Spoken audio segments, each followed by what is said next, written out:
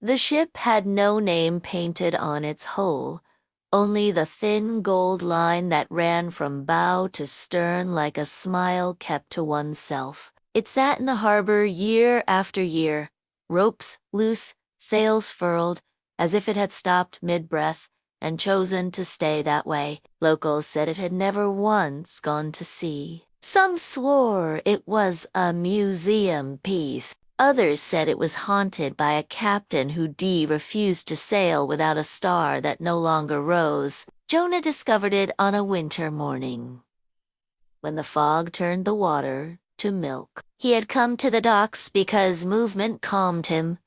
Gulls banking, ropes creaking, fishermen cursing kindly at the weather. The nameless ship pulled his gaze the way a lighthouse does, without noise or argument.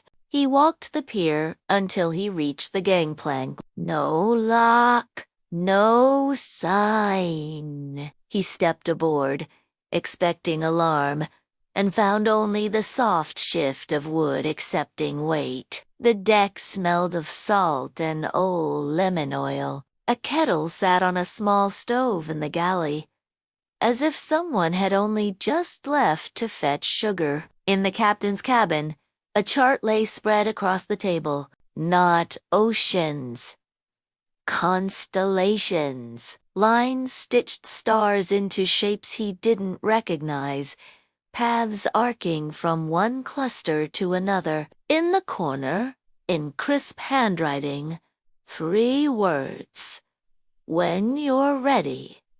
He returned the next day, and the next day. He drank tea on the steps at noon, watching the harbor's weather. He read the ship's log, empty of voyages, full of lists.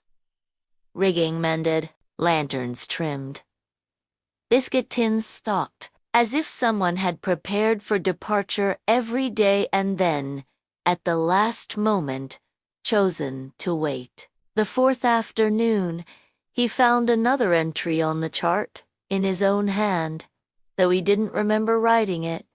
South by the Long Way.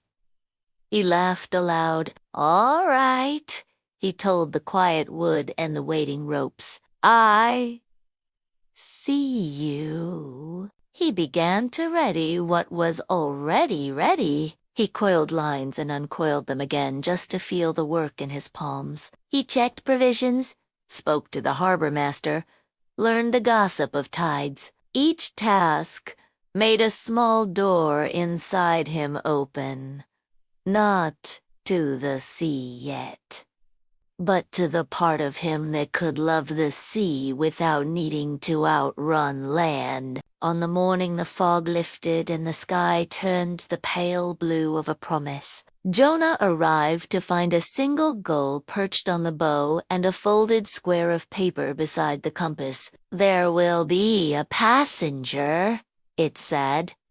"You?" He stood very still, the ridiculousness and the truth of it rising in the same breath.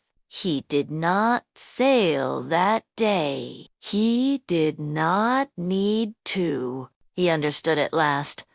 The ship was not a refusal, but a readiness, kept alive for the person who would one day arrive already underway. When he finally did leave, weeks later, quietly, with no crowd and a wind that knew his name, the harbor did not mourn. It simply widened around the space he vacated, as if it had been practicing the shape of his leaving all along, closing, quote, "Some journeys begin only when you're ready for them."